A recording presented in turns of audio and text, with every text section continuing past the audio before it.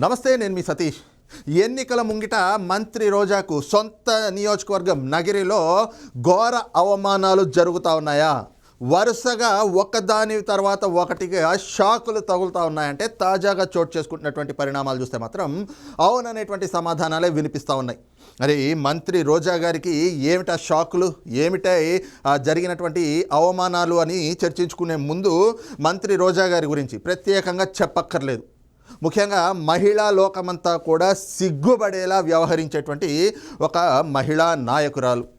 ఇంకో పక్కన చూస్తే ప్రతిపక్షాలను గురించి మాట్లాడాల్సి వచ్చిన ప్రతిసారి కూడా మనం ప్రజా జీవితంలో ఉన్నాము, మనము ప్రజాప్రతినిధిగా ఉన్నాము, బాధ్యతగా మాట్లాడాలి అనేటువంటి అంశాలన్నీ కూడా మర్చి ఉచ్చం నీచం మర్చిపోయి తెలుగుదేశం పార్టీ అన్నా, ఆ పార్టీ అధినేత చంద్రబాబు గారన్నా, లేదంటే ఆ పార్టీ జాతీయ ప్రధాన కార్యదర్శి నారా లోకేష్ గారన్నా, అలాగే జనసేన అధినేత పవన్ కళ్యాణ్ గారిని గురించి కూడా ఏ విధంగా ఆవిడ మాట్లాడుతూ ఉంటారు. ఎక్కడైనా కూడా మగవాళ్ళు ఆవిడ మాట్లాడేటువంటి మాటల్ని ఎక్కడైనా ఉచ్చరించాల్సి వచ్చినా కూడా వాళ్ళు నలుగురిలో అలాంటి మాటల్ని మాట్లాడలేరు. అటువంటి వ్యాఖ్యల్ని కూడా మీడియా ముందు నిస్సిగ్గుగా మాట్లాడేయడంలో ఆవిడ డాక్టరేట్ పొందున్నారు రోజా గారు. ఎందుకంటే ఇందాక చెప్పుకున్నట్లుగానే ఆవిడ మాట్లాడేటువంటి మాటలు ఎంతో జుగుప్సాకరంగా, అత్యంత హేయంగా ఉంటాయి. ప్రజల ముందు అలాంటివి మాట్లాడితే మనం చులకనైపోతామే, అరే మనం ఒక మహిళగా ఉండి అలాంటి వ్యాఖ్యలు చేయకూడదే అనేటువంటి కనీస స్పృహ కూడా లేకుండా ఈ రోజున జగన్మోహన్ రెడ్డి కళ్ళల్లో ఆనందం చూడడం కోసం ఉచ్చం నీచం మర్చిపోయి సిగ్గు వదిలిన వ్యక్తులు అంటాం కదా, ఆ తీరులో మంత్రి రోజా గారు నిత్యం మాట్లాడుతూ ఉంటారు. అయితే ఆ రోజా గారికి సొంత నగిరి నియోజకవర్గంలో ఎన్నికల దగ్గర పడుతున్న వేళ ఒక్కొక్కటిగా ఎదురు దెబ్బలు తగులుతూ ఉన్నాయి. ఈ క్రమంలోనే తాజాగా ఆవిడకి ఒక ఘోర అవమానం కూడా జరిగింది.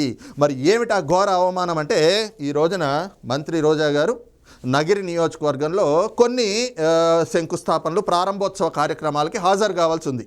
ముఖ్యంగా చూస్తే ఆ నియోజకవర్గ పరిధిలో ఉన్నటువంటి ఒక చోట గ్రామ సచివాలయ భవనాన్ని ఆవిడ ప్రారంభించాల్సి ఉంది. అదే కాకుండా ఇంకొక చోట ఏదైతే జగనన్న పాల సేకరణ కేంద్రం, ఆ కేంద్రాన్ని కూడా ఈ రోజున రోజా గారు రిబ్బన్ కట్ చేసి ప్రారంభించాల్సి ఉంది. ఆ తర్వాత ఇంకొన్ని ప్రారంభోత్సవ కార్యక్రమాలు కూడా ఉన్నాయి.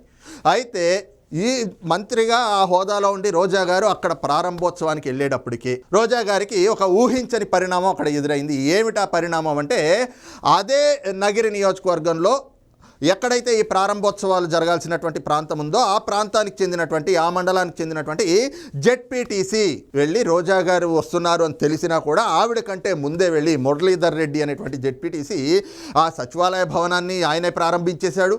అలాగే ఏదైతే జగనన్న పాల సేకరణ కేంద్రం ఉందో దాన్ని కూడా ఆయన వెళ్ళి ప్రారంభించేశారు. మరి అక్కడికి వెళ్ళి అదేంటి ప్రారంభోత్సవానికి అధికారికంగా మంత్రి చేతుల మీదుగా కదా ఎవరైనా చేస్తారు. నియోజకవర్గంలో ఎమ్మెల్యే ఉంటే ఎమ్మెల్యే, మరి ఎమ్మెల్యే మంత్రి స్థాయిలో ఉంటే, మరి మంత్రి హోదాలో ఉంటే ఆ మంత్రిని పిలిచి అక్కడ అధికారులు ఈ కార్యక్రమాలు చేపిస్తూ ఉంటారు. కానీ రోజా గారి కంటే ముందు అక్కడ జెడ్పీటీసీ వెళ్ళి అవి ప్రారంభించేశాడు. మరి జెడ్పీటీసీ ప్రారంభించిన తర్వాత రోజా గారు అక్కడికి వెళ్తే ఆవిడకి అవాక్ అవ్వడం తప్పితే ఇంకో పరిణామం కనిపించలేదు. ఇదేమైనా మొదటిసారి జరిగిందా అంటే ఇది మొదటిసారి కాదు. గతంలో కూడా ఇదే జెడ్పీటీసీ మురళీధర్ రెడ్డి ఏదైతే రోజా గారు ఇదివరకు ఇంకో చోట వార్డు సచివాలయ భవనం ప్రారంభోత్సవానికి వెళ్తూ ఉంటే ఆవిడ వస్తున్నారని తెలిసి కూడా ఆవిడ కంటే ముందే అక్కడికి వెళ్ళి ఆ భవనానికి తాళాలు వేసి తీసుకెళ్ళిపోయినటువంటి పరిస్థితి. అరే రోజా గారు వచ్చిన తర్వాత ఏమిటిది అని ఏదో అక్కడ సంభాషణ వచ్చినప్పుడు, నాకు బిల్లులు రావాలి ఈ భవనానికి సంబంధించి, కాంట్రాక్ట్లు నేనే చేశాను కదా, నాకు ఆ బిల్లులు ఇప్పించి ఆ తర్వాత మీరు ప్రారంభోత్సవాలు చేసుకుంటారో ఏం చేసుకుంటారో మీరు చేసుకోండి, కానీ నాకు బిల్లులు రాకపోతే ఇది ప్రారంభించేటువంటి పరిస్థితి ఉండదు అంటూ తెగేసి చెప్పారు. మరి అంతేకాకుండా ఇంకో పక్కన అదే నగిరి నియోజకవర్గానికి ఏదైతే నగిరి మున్సిపాలిటీ ఉందో అక్కడ ఆ మున్సిపాలిటీకి సంబంధించినటువంటి మాజీ చైర్పర్సన్, ఆ చైర్పర్సన్ కూడా గతంలో ఇదే విధంగా రోజా గారితో విభేదించి ఆవిడ కంటే ముందే అక్కడికి వెళ్ళిపోయి ఆవిడ ఏదైనా ప్రారంభోత్సవాలకు వస్తున్నా అక్కడ ఏదైనా అభివృద్ధి కార్యక్రమాలు లేదంటే ఏదైనా శంకుస్థాపనలు ఉంటే ఆయనే శంకుస్థాపనలు ప్రారంభోత్సవాలు చేసేసినటువంటి పరిస్థితులు. ఇవన్నీ చూస్తూ ఉంటే ఏమిటి అంటే ఎన్నికల ముందర రోజా గారికి ఒకదాని తర్వాత ఒకటి ఎదురు దెబ్బలే తగులుతూ ఉన్నాయి. ఎందుకు అంటే పూర్తిగా నగర నియోజకవర్గంలో ఆవిడకి పెద్దిరెడ్డి రామచంద్రారెడ్డి ఎటు టికెట్ రానివ్వడు. అదే సమయంలో సొంత పార్టీలో ఉన్నటువంటి వాళ్ళందరూ కూడా, నాయకులందరూ కూడా ఆవిడని విభేదిస్తూ వస్తూ ఉన్నారు. ఎందుకంటే 2 సార్లు అక్కడ ఎమ్మెల్యేగా గెలిచారు. మరి మూడోసారి రేపు ఎన్నికలు రాబోతా ఉన్నాయి. అక్కడ టికెట్ సాధించుకోవాలి అంటే మనకంటూ క్యాడర్ ఉండాలి, మనకంటూ అయితే అనుచరగణం ఉండాలి. మరి ఈ రోజున ఎవరు కూడా రోజా గారితో కలిసి పనిచేసేటువంటి పరిస్థితులు లేవు. కారణం ఏమిటి అంటే ప్రజలు ఎక్కడా కూడా ఆవిడకి మద్దతు ఇచ్చే పరిస్థితులు లేవు. ఎందుకంటే ఆ నోటి దూల, అదే ఆ రకమైనటువంటి వ్యాఖ్యలు ఆవిడ చేస్తూ ఉండడం, ఆవిడ చేసేటువంటి వ్యాఖ్యలతో ప్రజల్లో తీవ్ర వ్యతిరేకత మూటగట్టుకుంది.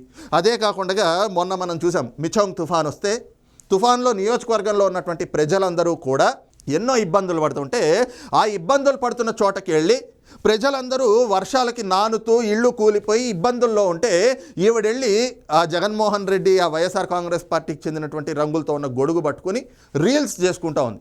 ఇప్పుడు వరకు ఏ ఒక్క రోజైనా రోజా గారు ఆవిడ మంత్రిత్వ శాఖ అయినటువంటి ఆ పర్యాటక శాఖ అభివృద్ధికి కానీ, దాని ద్వారా రాష్ట్రంలో ఏవైనా అభివృద్ధి పనులు చేయడం కానీ, లేదా తన నియోజకవర్గం నగిరి నియోజకవర్గంలో అక్కడ ప్రజల సమస్యలు తెలుసుకోవడం కానీ, లేదంటే అక్కడ ఉన్నటువంటి స్థానిక సమస్యలు పరిష్కరించేందుకు చొరవ చూపడం కానీ, ఇలాంటివి ఏ రోజు చేయరు. రోజా గారు ఏం చేస్తారు అంటే ఐస్ క్రీమ్ పెట్టుకున్నారా, ఇంకోటి పెట్టుకున్నారా అంటూ ప్రతిపక్ష పార్టీ నాయకులపైన నిస్సిగ్గుగా ఉచ్చన్నీచం లేనటువంటి మాటలు మాట్లాడుతూ ఉంటారు.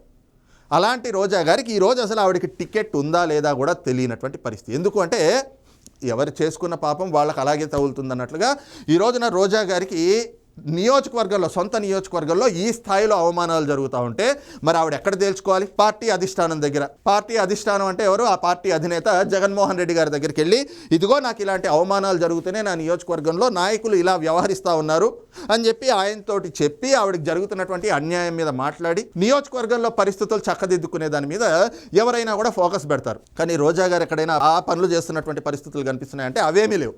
మరి రోజా గారు ఏం చేస్తారు అంటే తెలుగుదేశం జనసేనలు పొత్తు పెట్టుకుంటే ఆ పొత్తులో సీట్ల సర్దుబాట్లకి వాళ్ళు చర్చలు చేసుకుని ఎన్ని సీట్లు ఇచ్చుకోవాలి, ఎన్ని చేసుకోవాలి అనేటువంటిది వాళ్ళొక అవగాహనకు వచ్చి, వాళ్ళొక అంగీకారానికి వచ్చి సీట్ల సర్దుబాట్లు చేసుకుంటా ఉంటే అసలు ఈవిడకి టికెట్ ఉందో లేదో తెలియదు. కానీ ఈవిడొచ్చి జనసేన పార్టీ ద్వారా జన సైనికుల్ని పవన్ కళ్యాణ్ గారు తెలుగుదేశం పార్టీ అధినేత దగ్గర తాకట్టు పెట్టారని, కాపుల్ని తీసుకొచ్చి పవన్ కళ్యాణ్ గారు చంద్రబాబుకి తాకట్టు పెట్టారని, ఏంటి 24 సీట్లేనా పవన్ కళ్యాణ్ గారికి ఇచ్చేది, ఇది అన్యాయం, ఇది అక్రమం, పావలా షేరేనా అని చెప్పేసి ఈ రకంగా ఆ పొత్తును విచ్ఛిన్నం చేసేలాగా జనసేన పార్టీ నాయకుల్లో కానీ, లేదంటే ఆ జన సైనికుల్లో కానీ ఎవరైతే ఆ కార్యకర్తలు ఉంటారో వాళ్ళల్లో కూడా విద్వేషాలు రెచ్చగొట్టేలాగా ఎలాగైనా సరే తెలుగుదేశం జనసేనల పొత్తు విచ్ఛిన్నం కావాలి. రేపు ఏదైతే వాళ్ళు రాష్ట్ర అభివృద్ధే ధ్యేయంగా రెండు పార్టీలు కూడా మొదటి నుంచి అదే నినాదంతో వెళ్తూ ఉన్నారు. ఏదైతే రేపు రాష్ట్రంలో జగన్మోహన్ రెడ్డిని అధికారంలోంచి దించాలి, రాష్ట్రానికి మేలు జరగాలి అంటే మళ్ళీ తెలుగుదేశం జనసేనల పొత్తు అధికారంలోకి రావాలి, దీనికోసం ప్రభుత్వ వ్యతిరేక ఓటు చీలకూడదు అనేటువంటి ఒక మంచి ఉద్దేశంతో, ఒక మంచి లక్ష్యంతో క్షేత్రస్థాయి నుంచి కూడా క్యాడర్ మొత్తాన్ని, నాయకత్వం మొత్తాన్ని కూడా ఏకం చేస్తూ ఈ రోజున ఆ పొత్తు ప్రజాదరణ పొందుతూ మంచి ఒక అండర్స్టాండింగ్ తోటి ముందుకు వెళ్తూ ఉంటే ఈ రోజున ఆవిడ సీట్ ఉందో లేదో ఆవిడకి తెలియదు. ఆవిడకి ఎక్కడ టికెట్ ఇస్తారో, అసలు టికెట్ ఇస్తారా ఇవ్వరా అనేది కూడా ఎక్కడా కన్ఫర్మ్ లేదు. ఇంకో పక్కన ఆవిడ ప్రాతినిధ్యం వహిస్తున్నటువంటి నగిరి నియోజకవర్గంలో ఆవిడ్ని నెట్ట నిలువన అవమానిస్తూ ఉన్నారు. ఆవిడ్ని చూస్తేనే చీ కొడతా ఉన్నారు ఆవిడ పార్టీ నాయకులు, ఇంతకాలం ఆవిడ వెంట తిరిగినటువంటి వాళ్ళు. అలాంటి పరిస్థితుల గురించి పట్టించుకోకుండా తెలుగుదేశం పార్టీ జనసేనల పొత్తు విచ్ఛిన్నం చేసేయాలి. ఆ పొత్తులో మనం చీలికలు తేగలిగితే రేపు ఖచ్చితంగా ఏదైతే 2019లో జరిగినట్లుగా ఓట్లన్నీ కూడా మనకి ట్రాన్స్ఫర్ అవుతాయి. అప్పుడు మళ్ళీ వైఎస్ఆర్ కాంగ్రెస్ పార్టీ అధికారంలోకి రావచ్చు.